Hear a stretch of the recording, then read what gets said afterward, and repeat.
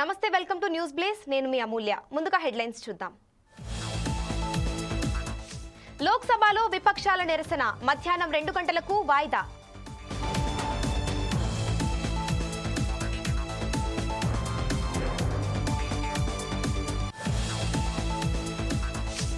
Mumbai train పేలుళ్ల కేసులో తీర్పు, 12 మందిని నిర్దోషులుగా తేల్చిన కోర్టు.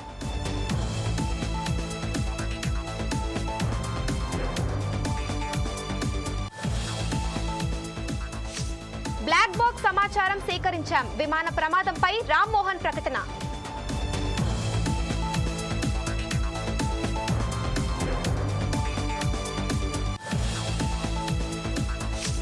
జూరాల ప్రాజెక్టుకు వెళ్లిన యువకుడు రోడ్డు ప్రమాదంలో మృతి.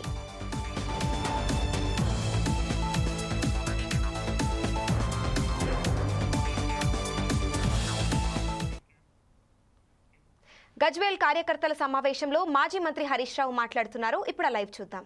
మోసం చేసిండ్రు, 2500 మోసం చేసిండ్రు, తులం బంగారం మోసం చేసిండ్రు, స్కూటీ అని మోసం చేసిండ్రు, 1,00,000 కోట్ల వడ్డీ లేని రుణమని మోసం చేసిండ్రు. ఈ రకంగా మహిళలందరినీ కూడా అబద్దాలు చెప్పి మోసం చేస్తా ఉన్నారు. ఈ విషయాలు కూడా మీకు తెలియని ఏం కావు. అంటే యువతకు మోసం, మహిళలకు మోసం, రైతులకు మోసం. ఏ వర్గం, ఒక పలాని వర్గానికి ఒక మంచి పని చేసినాం అనేది లేదు.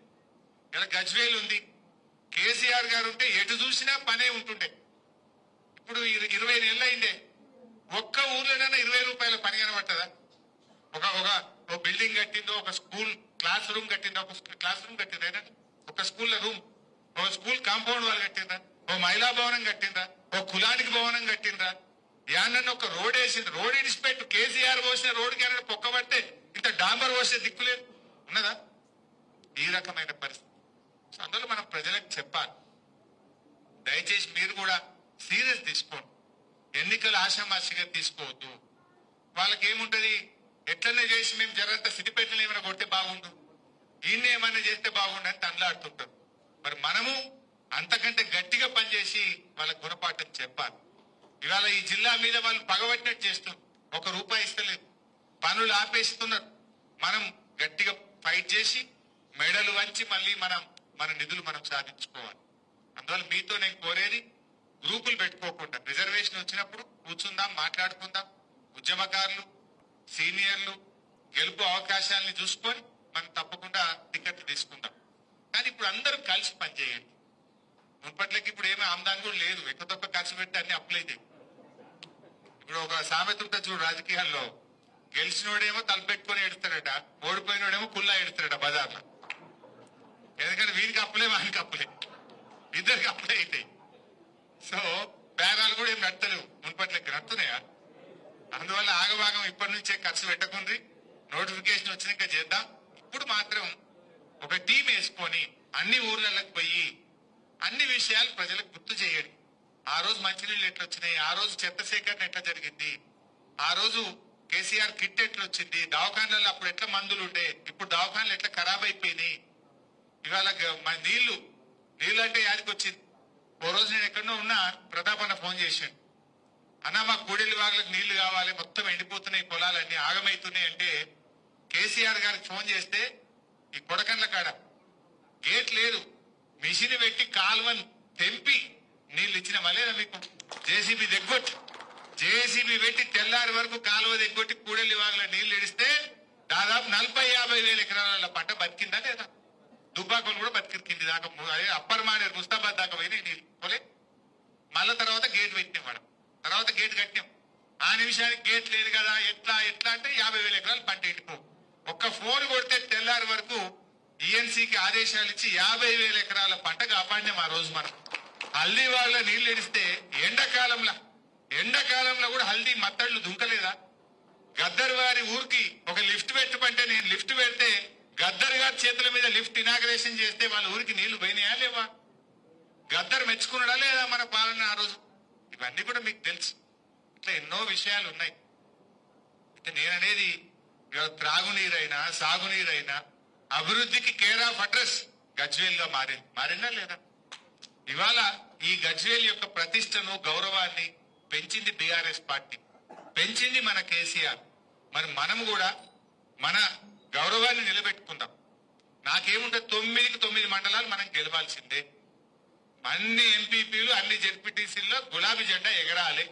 దానికి మీరు కష్టపడి పనిచేయండి. మేము కూడా శాయశక్తుల ప్రతి మండలం తిరుగుతాం. మిమ్మల్ని గెలిపించుకోవడానికి సర్వశక్తులు పెట్టి పార్టీ మిమ్మల్ని గెలిపించుకుంటది. మీరే మాకు ఊపిరి. మీరు కూడా సమన్వయంతో పనిచేయండి. ఒకసారి కేసీఆర్ వచ్చింది అనుకో, మళ్ళీ మస్తు ఛాన్సులు ఉంటాయి. ఎవరిని ఎట్లా చేయాలనో అందరం కూడా బాగుపడతాం. నువ్వు కొంతమంది నాకేం పని కాలేదని అన్నారు మరొకసారి వచ్చి. నేను కూర్చుంటే పెట్టి మాట్లాడి, నువ్వు కేసీఆర్ ఉన్నప్పుడు నెలకు ఏడాదికి ఎంత సంపాదించినావు, ఇప్పుడు ఎంత సంపాదిస్తున్నావు అన్నా. అంటే అప్పుడు బేరాలు మంచిగా నడిచినాయి అన్న, ఎంత లేదన్నా ఒక్క డీల్ నెలలో కొట్టే 5-10 లక్షలు వస్తుంటాయి అన్న. మరి ఇప్పుడు ఏమైంది? డీల్ ఎక్కడదన్నా?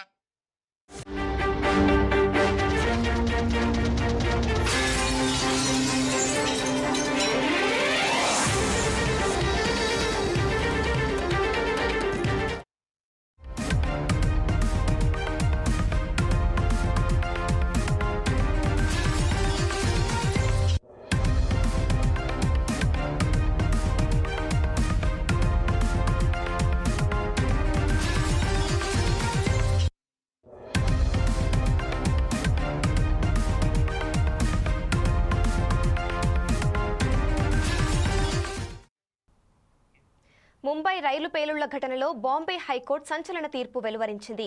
2006లో జరిగిన ఈ ఘటనకు సంబంధించిన కేసులో శిక్ష పడిన 12 మందిని తాజాగా నిర్దోషులుగా ప్రకటించింది. వారిపై అభియోగాలను నిర్ధారించడంలో ప్రాసిక్యూషన్ విఫలమైన కారణంగా నిర్దోషులుగా తేల్చినట్లు తీర్పు వెలువరించింది. వీరిలో ఉరిశిక్ష పడిన ఖైదీలు కూడా ఉన్నారు. ఆ పేలుళ్లలో 189 మంది ప్రాణాలు కోల్పోయారు. 2006 జూలై 11న ముంబై పశ్చిమ రైల్వే లైన్లోని పలు సబర్బన్ రైళ్లలో వరుసగా బాంబు పేలుళ్లు చోటు చేసుకున్నాయి. యావత్ దేశాన్ని ఉలిక్కిపాటున గురి చేసిన ఈ మారణ హోమంలో 189 మంది అమాయక పౌరులు ప్రాణాలు కోల్పోయారు. మరో 800 మందికి పైగా గాయపడ్డారు. ఈ ఘటనపై సుదీర్ఘ దర్యాప్తు అనంతరం 2015 అక్టోబర్లో ప్రత్యేక కోర్టు 12 మంది నిందితులను దోషులుగా తేల్చింది. వీరిలో బాంబు అమర్చానన్న అభియోగాలపై 5గురికి మరణశిక్ష, మిగతా 5గురికి జీవన ఖైదీ విధిస్తూ తీర్పు వెలువరించింది. దోషుల్లో కమల్ అన్సారీ అనే వ్యక్తి 2021లో కోవిడ్ కారణంగా నాగ్పూర్ జైల్లో మృతి చెందాడు.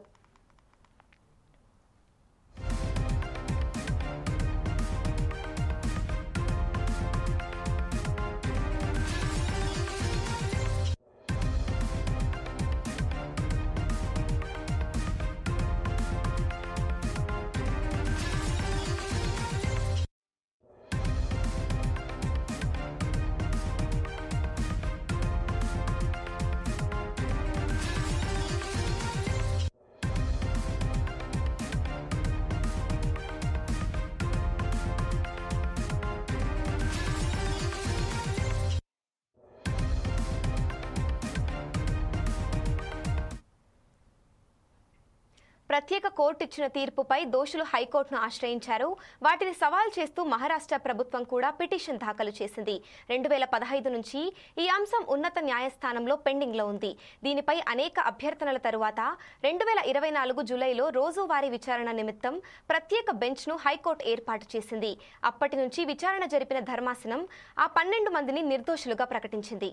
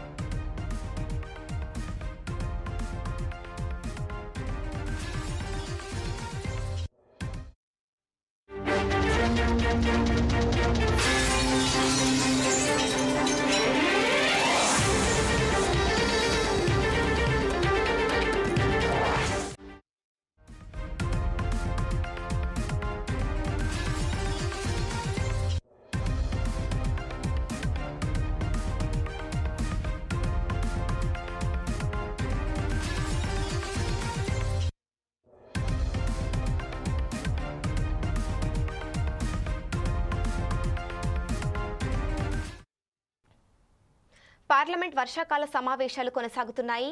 ఇటీవల అహ్మదాబాద్లో చోటు చేసుకున్న ఘోర విమాన ప్రమాదంపై కేంద్ర పౌర విమానయాన శాఖ మంత్రి రామ్మోహన్ నాయుడు రాజ్యసభలో మాట్లాడారు.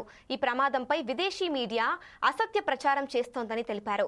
అహ్మదాబాద్లో చోటు చేసుకున్న ఎయిర్ ఇండియా విమాన ప్రమాద ఘటనపై ప్రాథమిక నివేదిక వచ్చిందని తెలిపారు. దాన్ని పరిశీలిస్తున్నామన్నారు. తుది నివేదిక వచ్చాకే దీనిపై మరిన్ని వివరాలు తెలుస్తాయని స్పష్టం చేశారు. భవిష్యత్తులో ఇలాంటి ప్రమాదాలు జరగకుండా చర్యలు తీసుకుంటామని తెలిపారు. ఈ ఘటనపై విదేశీ మీడియా అసత్య ప్రచారం చేస్తుందని మండిపడ్డారు. ఇలాంటి ప్రమాదాలు జరిగినప్పుడు సొంత అభిప్రాయాలు చెప్పకూడదని అన్నారు.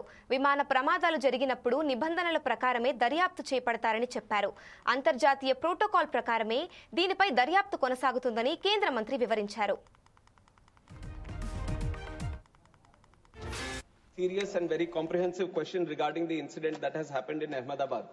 Sir, I would like to start by answering that the investigation process, which is according to the international protocol, the norms which were set by International Civil Aviation Organization, where the country, the state of operation should have their investigation body, and we have our own investigation body, which is the Aircraft Accident Investigation Bureau, which got into the investigation process right after the incident with the subject experts into the site, and they have started their process according to the international protocol, and they have involved subject matter experts, all the international necessary people who are supposed to be participating in the investigation, and they have gone through the first set of investigation process, and they have given us the preliminary report. And if you look at the preliminary reports, sir, AIB, as for the first time, so whenever these incidents happen, and if the black box gets damaged, black box is the flight data recorder, which has all the necessary information which gets recorded.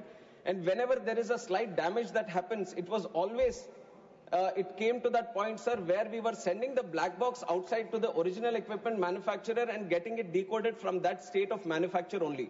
And it was for the first time that as a country, India took a stand. Further future action on, it can be the Boeing 787 or the series or the fuel switches and many things which have come under question, or the avionics, which you have also mentioned in your question. To have a definitive answer and a definitive future correction measures, we have to look at the final report, sir. And I can say this to the House and through you to the people of this country also, that the AIB has a very definitive, thorough, rule-based process. They are very transparently looking into the process right now, and they are totally unbiased. This also I can say that the AIB is totally unbiased and looking into the facts. Now there can be many questions also. I have seen multiple articles myself. I have seen multiple articles not only by the Indian media but also the Western media trying to promote their own narrative, their own viewpoint, their own kind of consideration. But I have to tell you that the way we are seeing the investigation is through the facts. We want to stand by the truth, not what is happening with the pilots or not what is happening with the Boeing or not what is happening with the Air India or any other stakeholder which is this. We want to stand by the truth. We want to find out what exactly happened, and that is only going to be coming out once the final report has been placed. So we have to respect the process of investigation, and once that process of investigation has happened, then we can talk about what happened and how it happened, and then the corrective measures. If we talk about the other incidents that would have happened before, the honorable member has asked a very serious and very comprehensive question regarding the incident.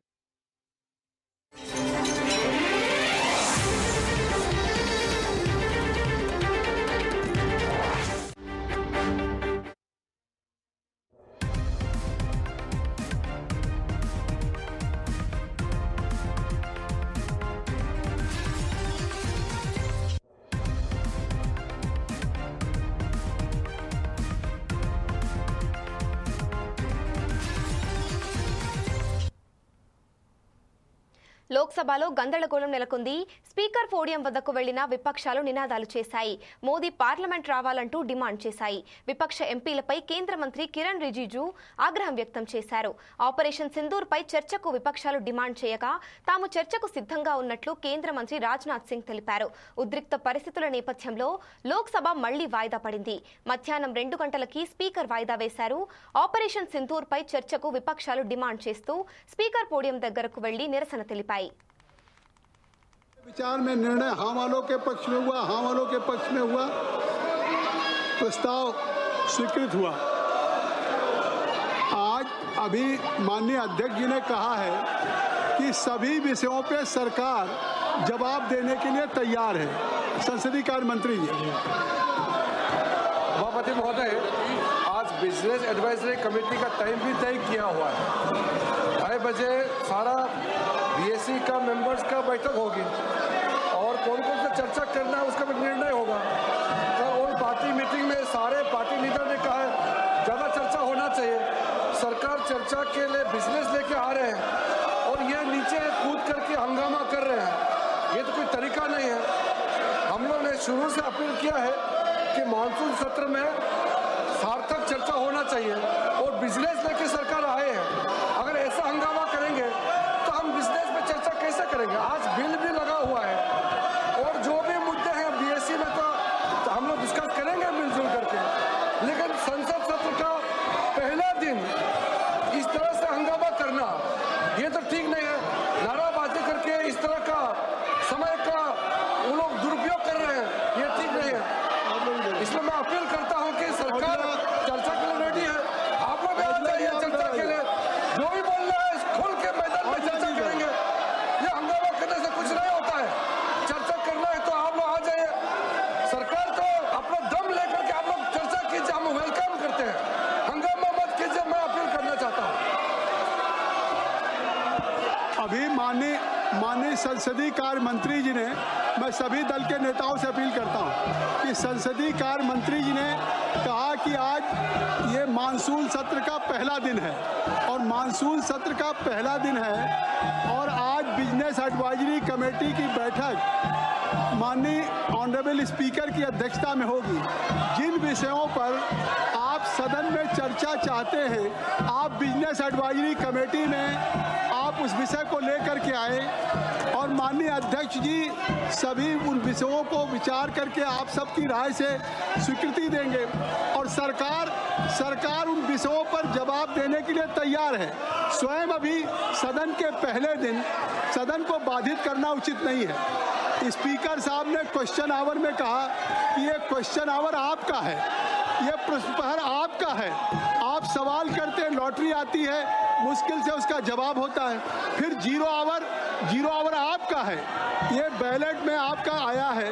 Beni बेनहन का zero hour है, बेनी बेनहन का zero hour आप बोलना नहीं चाहते, आप बोलना चाहते हैं तो आज जीरो आवर में माननीय जो विपक्ष के सदस्य हैं उनके भी हैं। आप औजला साहब अपने साथियों को बोलने दें। जो विषय आपके दल के द्वारा उठाया जाना है वो संसदीय कार्य मंत्री जी ने कहा है। मेरी बात सुन ले, आप एक बार आप अपनी सीट पे जाएं, आप अपनी सीट पे जाएं। मैं रिक्वेस्ट करूंगा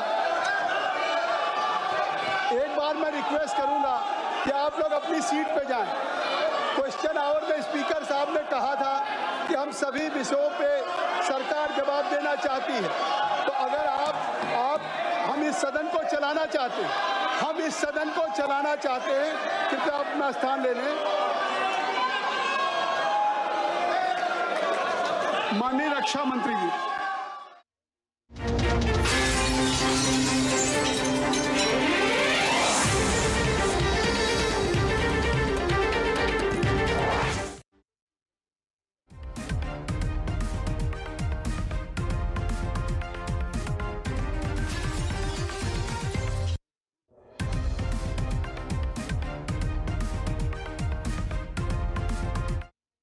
జూరాల ప్రాజెక్టు వద్ద జరిగిన రోడ్డు ప్రమాదంలో ఓ యువకుడు మృతి చెందాడు.